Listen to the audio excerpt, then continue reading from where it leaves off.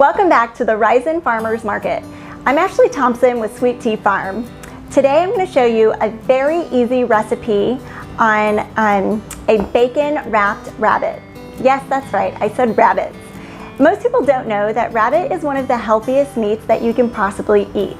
It is significantly lower in fat and higher in protein than other meats. So if you're on a diet or just want to eat healthy, this is an excellent choice. You most likely won't find rabbit at your local grocery store, but you can find it at the Risen Farmers Market. Today we're going to marinate our rabbit in KC Masterpiece Marinade. I like this marinade because it is a 30-minute marinade. So if you're in a hurry and you don't have 24 hours to marinate something, this is excellent. You can do other meats or vegetables as well. I have chosen the Tuscan garlic and herb marinade. So I already have the marinade on front and back of the rabbit. We need to cover it tightly and let it sit for 30 minutes or longer if you want a robust flavor. So we're going to cover it with our saran wrap. I have a new handy saran wrap cutter. I used to hate using saran wrap, but I got this really neat slider and it just is so convenient to use. If you want to check one out, I'll put it in a link below. Okay, we're gonna marinate this for 30 minutes. Stick it in the refrigerator. Then we're gonna have ready our bacon and toothpicks when we come back. Okay, so our rabbit has been marinating for 30 minutes.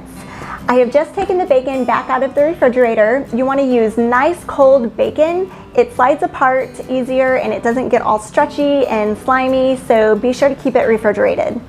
And then I have toothpicks available to start wrapping our bacon. I'm going to unwrap the rabbit and I'm going to rinse and wipe it really well before I wrap the bacon around it. After rinsing and just blotting your rabbit dry, you're gonna wrap it in bacon. Get a toothpick. This is thin cut bacon so that it cooks up a little bit crispy. I don't like to cook with the thicker bacon because it takes longer for it to get crispy. So we are starting the bacon tightly wrapping it. She has a toothpick to help her get started. And then don't forget to take your toothpick out. And we're just gonna wrap the whole thing in bacon all the way around. You're gonna end up using probably the entire package of bacon.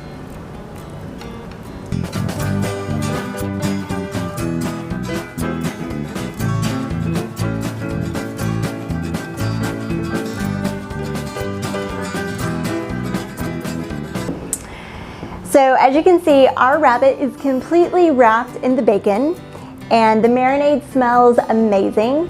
We have preheated the oven to 375 and we're gonna cook it until the bacon appears to be crispy and done, but we're gonna check the internal temperature of our rabbit before saying that it is done. While the rabbit is baking, I thought it would be nice to add a healthy side. I'm going to cook yellow squash, which is available at the farmers markets. Come quick because they did sell out last week. But I'm going to bake squash at 400 degrees in a little bit of olive oil, garlic powder, salt, and a dash of Parmesan cheese. I have a mandolin slicer. You have to be very careful, they're very sharp. And I'm going to cut off just a little bit of the top stem part of the yellow squash so that I can use my safety guard to move the squash down my mandolin slicer. So I have the top just taken off, and then there's little grips at the top where you can hold your vegetables in place. And I have my cutter set at a 1/4 inch. So we're gonna have 1/4 inch slices.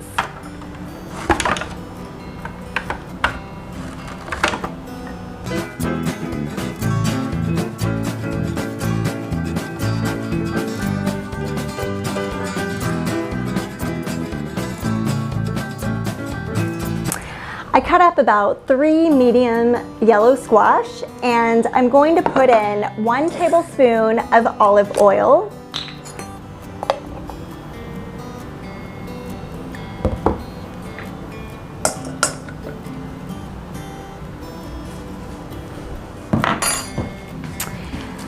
a half of a teaspoon of garlic powder,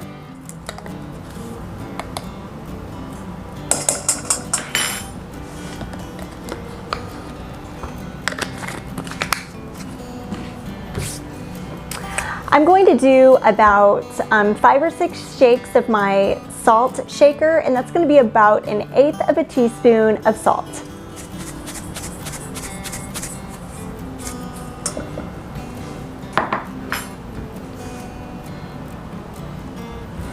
We're going to save this, and once we get our squash laid out on our pan, we're going to sprinkle that over. Be careful not to put the ends in your bowl. You don't want to eat those.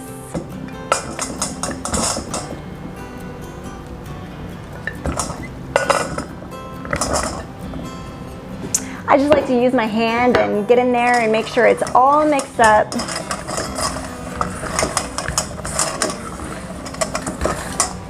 Now we're going to lay them on the pan in a single layer. Now I'm going to add my 3 cheese Parmesan cheese blend on top, and I'm just going to shake until it looks like the amount that I would like, and you can do it to your taste.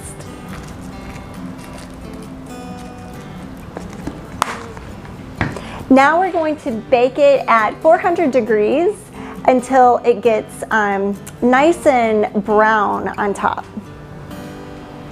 Finally, our rabbit has been cooking for 35 minutes.